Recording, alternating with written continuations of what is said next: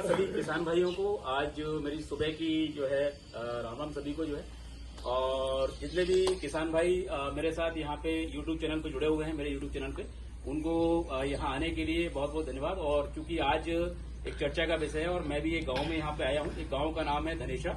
सबसे पहले मैं अपना परिचय दूंगा। मेरा नाम लक्ष्मीकांत त्यागी है और जैसे कि हर वीडियो में मैं देता हूँ, और मैं बेसिकली ग्वालियर से बिलोंग करता हूँ, ब्राह्मण परिवार से हूँ। और मैं अगर अपनी बात करूं तो भारत सर्टिस एग्री साइंस लिमिटेड में लगभग 20 साल से कार्यरत हूं। और इस 20 साल की सेवा के दौरान मैंने पूरे भारतवर्ष में काम किया है, जिसमें लगभग 14 से 15 प्रांत हैं, जिसमें आपका जम्मू है, हिमाचल है, हरियाणा है, उत्तर प्रदेश है, राजस्थान है, उत्तराखंड है, उत्तरांचल है, इसके अलावा उड़ीसा है, छत्तीसगढ़ है, महाराष्ट्र है, एमपी है, गुजरात है, मतलब छत्तीसगढ़ है। तो ये स्टेट मेरे वर्किंग स्टेट रहे हैं। और अभी वर्तमान में मैं इंदौर में पदस्थ हूँ। और इंदौर से मैं बात करूं अभी मध्य प्रदेश, छत्तीसगढ़, गुजरात, ये जो भारत के 3 प्रांत है, इसमें अपनी सेवाएं दे रहा हूं। जो प्रोडक्ट आते हैं कंपनी को, उनकी सेवाएं दे रहा हूं। प्लस अगले 10 साल में या 15 साल में जो नए टेक्निकल्स आने वाले हैं, टेक्नोलॉजी नई इंडिया में आने वाली है, उस पर R&D पे भी मैं काम कर रहा हूं। तो चलिए, आज में ये गांव है, नाम धनेशा है इसका, और धनेशा गांव ये रतलाम तालुका में आता है।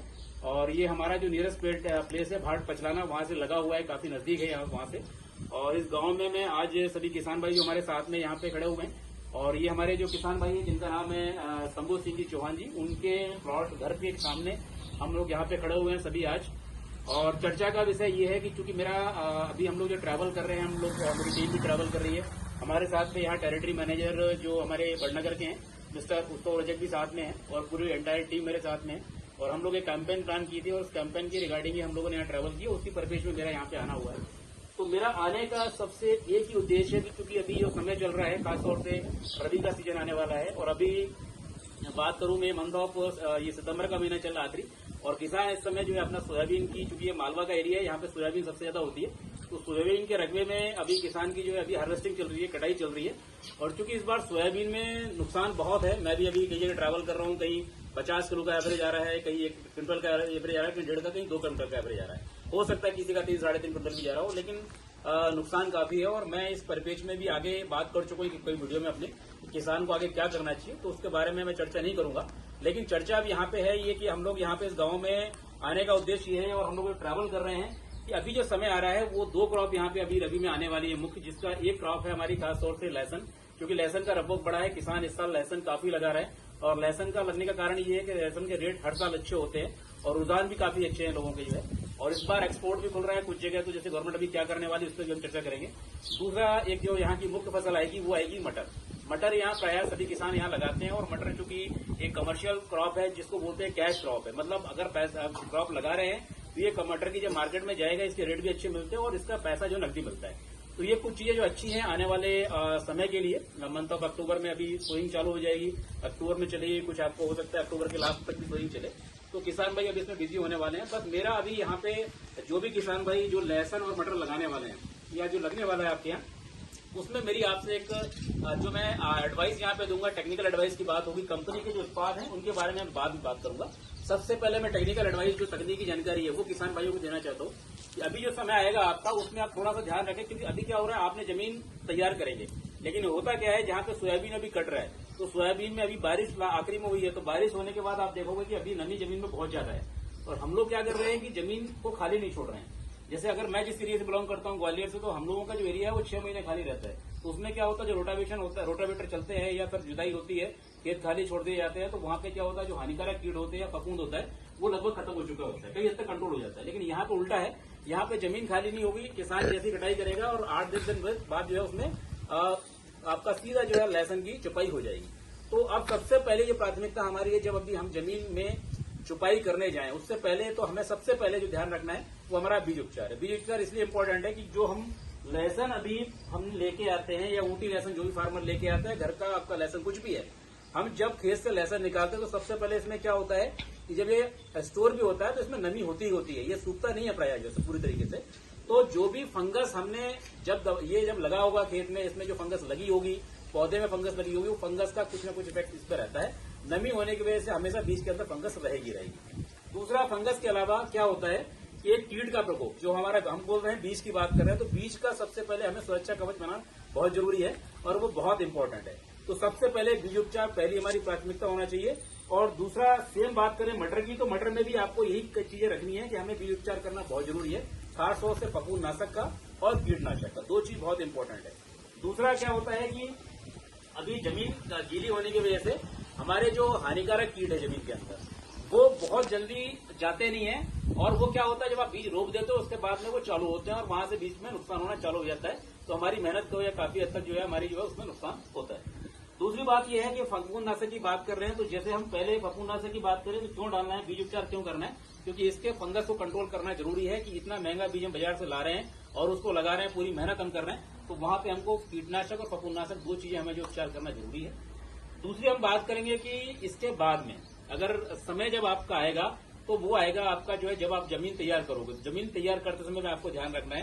अच्छा, एक बीज उपचार में एक और बात बता रहा हूँ, कई किसान भाई क्या होते हैं कि आपने इसको बीज उपचार तो कर दिया है, लेकिन कई बार क्या है ना, कुछ लोग धूप में रख देते हैं या कई जगह लोग जो है इसको जल्दी जो है जाके बुवाई चुपाई कर देते हैं। तो मेरा एक राय आपको ये है कि आप लोग जब भी अपने बीज का उपचार करें तो पहले ध्यान रखें कि हमें बहुत ज्यादा इसको धूप में नहीं रखना है, ठंडे छांव के, मतलब अगर हल्की धूप हल्की छांव वाली वहां पे भी रख सकते हो, लेकिन छांव में रखो, सूखने दो इसको अच्छे से ना, क्योंकि जैसे ही आपने बीज उपचार किया और आपने धूप में रख दिया तो ये क्या होता है, वाष्पित हो जाता है। जो भी हम दवाई ट्रीट कर रहे हैं, हम इसमें इंसेक्टिसाइड डाल रहे हैं कि फफूंदनाशक डाल रहे हैं, जो भी डाल रहे हैं वो हमारा नुकसान हो चुका है। तो हमें ये करना है, इसको थोड़ा छांव में रखें और लगभग सोकिंग करें 1 से 1.5 घंटे की कम से कम है, जल्दी ना लगाएं, तुरंत आपने उपचार कर दिया और लगाने चलेगा वो ना करें, थोड़ा सा इंतजार करें इसमें और उसका फायदा आपको मिलने वाला है। ठीक है, तो ये हमारी दवाई जो हम डालेंगे इसमें जो भी उपचार करेंगे उसकी उपयोगिता आपको पूरी मिलेगी।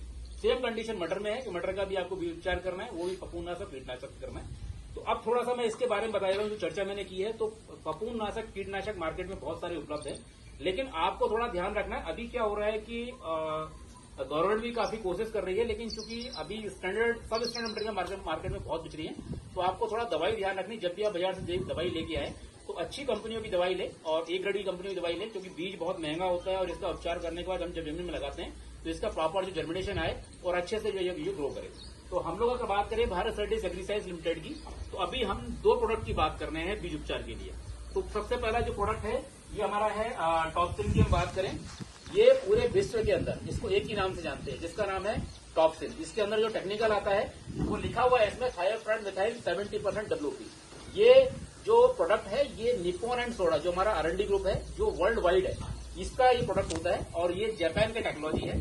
तो हम लोग इसको रिकमेंड कर रहे हैं, अगर आप 1 क्विंटल बीज लेते हैं, चाहे आप लहसुन लें चाहे आप मटर लें, दोनों के केस में आपको इसको 250 ग्राम की इस्तेमाल आपको इसको करना है। ठीक है, तो ये आपको प्रायोरिटी रखनी है कि इसको जो हम जब भी हम ये डाल रहे हैं सीड के अंदर, तो इसको पहले जो है सीड पे आप जो चाहे तो इस्तेमाल कर सकते हैं। दूसरा एक पीले गोल्ड और है जो हमारा पैकिंग नहीं है अभी यहाँ पे उपलब्ध।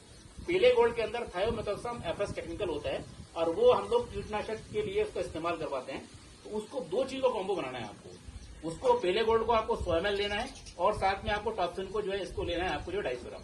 तो दोनों का आप जो कॉम्बिनेशन कर सकते हैं और आपको भुरकना है उसके सीड के ऊपर में, पहले चाहे तो आप पीले ये भुरकते हैं ऊपर से और साथ में फिर पीले गोल्ड डाल दें। तो ये कॉम्बिनेशन बनाना और इसको कोटेड करना अच्छे से, और कोटेड करने के बाद फिर इसको जो है 1.5 घंटे सूखने देना है, छांव में रखना है और उसके बाद आप जो है चाहे तो लहसुन में या मटर में दोनों का इसका बीज उपचार कर सकते हैं। तो इसमें आपको ये फायदा होगा कि जो भी आपके बीज जनित रोग हैं या आपके मिट्टी जनित रोग हैं या आपके जो भी कीट मिट्टी में लगने वाले हैं, तो वो आपका इससे आपका जो बीज सुरक्षित हो जाएगा और जो है जर्मिनेशन आपका प्रॉपर आएगा और रिजल्ट आपको प्रॉपर मिलेंगे। ठीक है, ये पहला काम हो गया। दूसरा काम बात कर रहे हैं हम किसान भाइयों को ये बोल रहे हैं कि जब भी आप जमीन तैयार करो, थोड़ा सा जमीन तैयार करने के बाद जब रोटावेटर चलाते हो, जुताई करते हो, हताई करते हो, तो थोड़ी अच्छी सी जुताई करें, जिससे क्या मिट्टी का जो हमारा जो है टेक्सचर है वो टूट जाए अच्छे से ना, थोड़ा सा जो मतलब थोड़ा लूज होना पड़ेगी है, तो थोड़ा सा अच्छे से करें।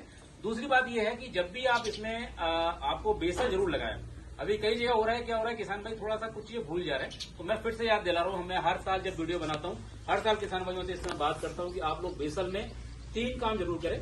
सबसे पहले मेरा जो कहना है कि आप अभी यूरिया और डीएपी अभी बहुत चल रहा है, डीएपी का जो है इस्तेमाल कम करें, यूरिया का मात्रा भी कम करें, और दूसरा मेरा ये कहना है कि पोटाश की मात्रा भी कम करें। ठीक है, अब वो बोलते हैं साहब करना क्या है, तो करने का पर्याय अब ये है कि आपको जो आपकी मिट्टी है, क्योंकि नमी बहुत ज्यादा है, मिट्टी ठोस हो चुकी है, उस मिट्टी को आपको भुरभुरा करना बहुत जरूरी है।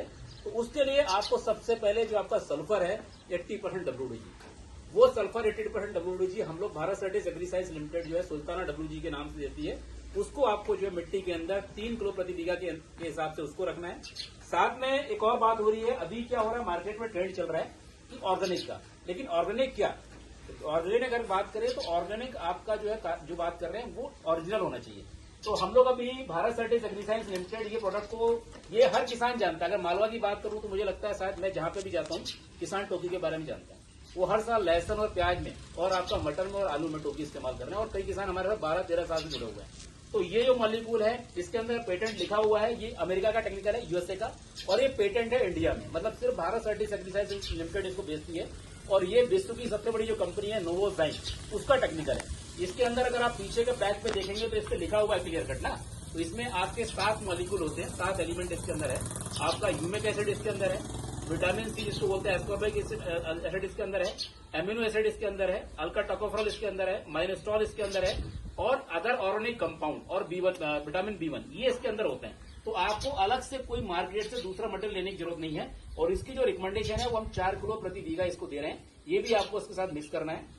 अब इसके बाद में आपको क्या करना है, मिट्टी में आपको जो है ये जो बादल आता है ये बादल है इंसेक्टिसाइड, ठीक है। और ये नई टेक्नोलॉजी है आज की, इसके अंदर जो टेक्निकल है वही बता देता हूँ। आपका क्लर्जिनाडिन 50% WG आता है जो पेटेंट है, ठीक है। तो आप इसको भी जो है 50 ग्राम की मात्रा लें 1 बीघे में, इसको इस्तेमाल करना है।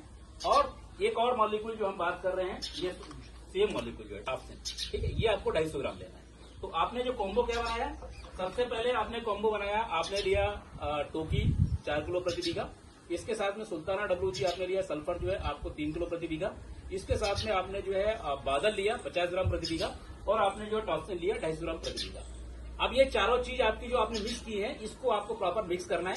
जो भी आप जमीन के अंदर आप DAP डाल रहे हो, कोई भी खाद डाल रहे हो, मैं देसी खाद का भी रिकमेंड करता हूँ कि जो भी किसान भाई हैं अगर उनके पास सूखी गोबर की खाद उपलब्ध है तो मेरा सबको आपको सजेशन पहले है कि आप सबसे पहले सूखी गोबर की खाद का इस्तेमाल जरूर करें, ठीक है। भले कम खेतों में करें लेकिन जरूर करें, ठीक है। तो मेरा एक ये कहना है कि आधुनिकता और जो पारंपरिक खेती है दोनों को हमें मिक्स करना है, साथ में चलना है। मैं जितने भी वीडियोज में आप देखोगे हमारा, तो मैं सबसे पहले किसानों से मीटिंग में और यही बात करता हूँ कि हमें थोड़ी सी अपनी पुरानी प्रॉपर्टी को भी छोड़ना है, उसको भी साथ में रखना। तो सूखी खाद आप जरूर इस्तेमाल करें जितने भी खेत में आपको लगता है। DAP की जो मात्रा आप डाल रहे हो, कोई किसान अगर 50 किलो डाल रहा है या जो भी डाल रहे हैं, मेरा ये कह रहा है आप जहां पे भी आप DAP डाल रहे हो DAP की मात्रा को कम करो। DAP एक ऐसा खाद है जो सबसे सुस्त खाद है। जब तक कि DAP आप जमीन में कब तक कंज्यूम नहीं होगा, जब तक कि पौधे की जड़ वहां तक नहीं पहुंचेगी। और अभी क्या है, जड़ का बढ़वार हम बहुत कम देख रहे हैं। तो हम लोग अभी जो टोकी का रिकमेंडेशन कर रहे हैं इसका इसलिए कर रहे हैं, इसमें सबसे ज्यादा सफेद जड़ें दिखेंगी, सफेद मूलक आएंगे और खाद को जल्दी अब्जॉर्व करा के पौधे को प्रदान करेगा। तो आप अगर मात्रा भी कम डालोगे वहां पर DAP की, आप लगता है कि आपको 50 किलो की जगह 25 किलो भी इस्तेमाल करेंगे तो आपको जो बेटर जो है रिजल्ट वहां पे नजर आएंगे, ठीक है। यूरिया हम कम करवा रहे हैं। मैंने यूरिया का किसानों को हर मीटिंग में, हर जहां पे भी मैं इतने सालों से काम कर रहा हूँ, किसानों को बोला हूँ यूरिया कम करो, यूरिया कम करो।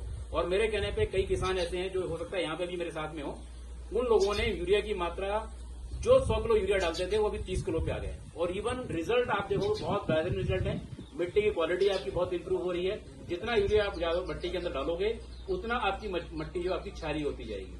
तो मैंने हमेशा कहा है कि यूरिया की मात्रा आप कम करें। तो मेरा अभी जो आप लोगों से बात करने का और ये उद्देश्य यहाँ पे आने का सिर्फ यही है, ये 2 चीज आपको ध्यान रखनी है कि हमें बीज उपचार अच्छे से करना है और इत्मीनान से करना है और पूरा बीज उपचार करना है, अच्छे से करना है। दूसरा, हमें बेसल का इस्तेमाल जरूर करना है। बेसल डोज में हमें क्या लेके जाना है, चाहे वो मटर है या हमारा लहसुन है, दोनों के अंदर बेसल का इस्तेमाल करना है। अब एक बात आती है कि किसान भाई अभी कुछ हमारी चर्चा चल रही थी कि भाई सर ये जो बेसल हमें लगाना है तो क्या इसको हम जो हम DAP लगा रहे हैं, जो भी आप फर्टिलाइजर डाल रहे हैं उसके साथ में इसको मिक्स कर सकते हैं। बिल्कुल भी आप बेझिझक मिक्स करें, कोई दिक्कत नहीं है और प्रॉपर तरीके से इसको पूरे सॉइल के अंदर जाना चाहिए। आप जब देखेंगे कि जब आपने बेसल इस्तेमाल किया है तो पहले क्या करना है, जब बेसल इस्तेमाल नहीं करेंगे तो वो मिट्टी के सैंपल को आप बाहर निकाल देना, पॉलीथिन में रख लें आप इतनी मिट्टी।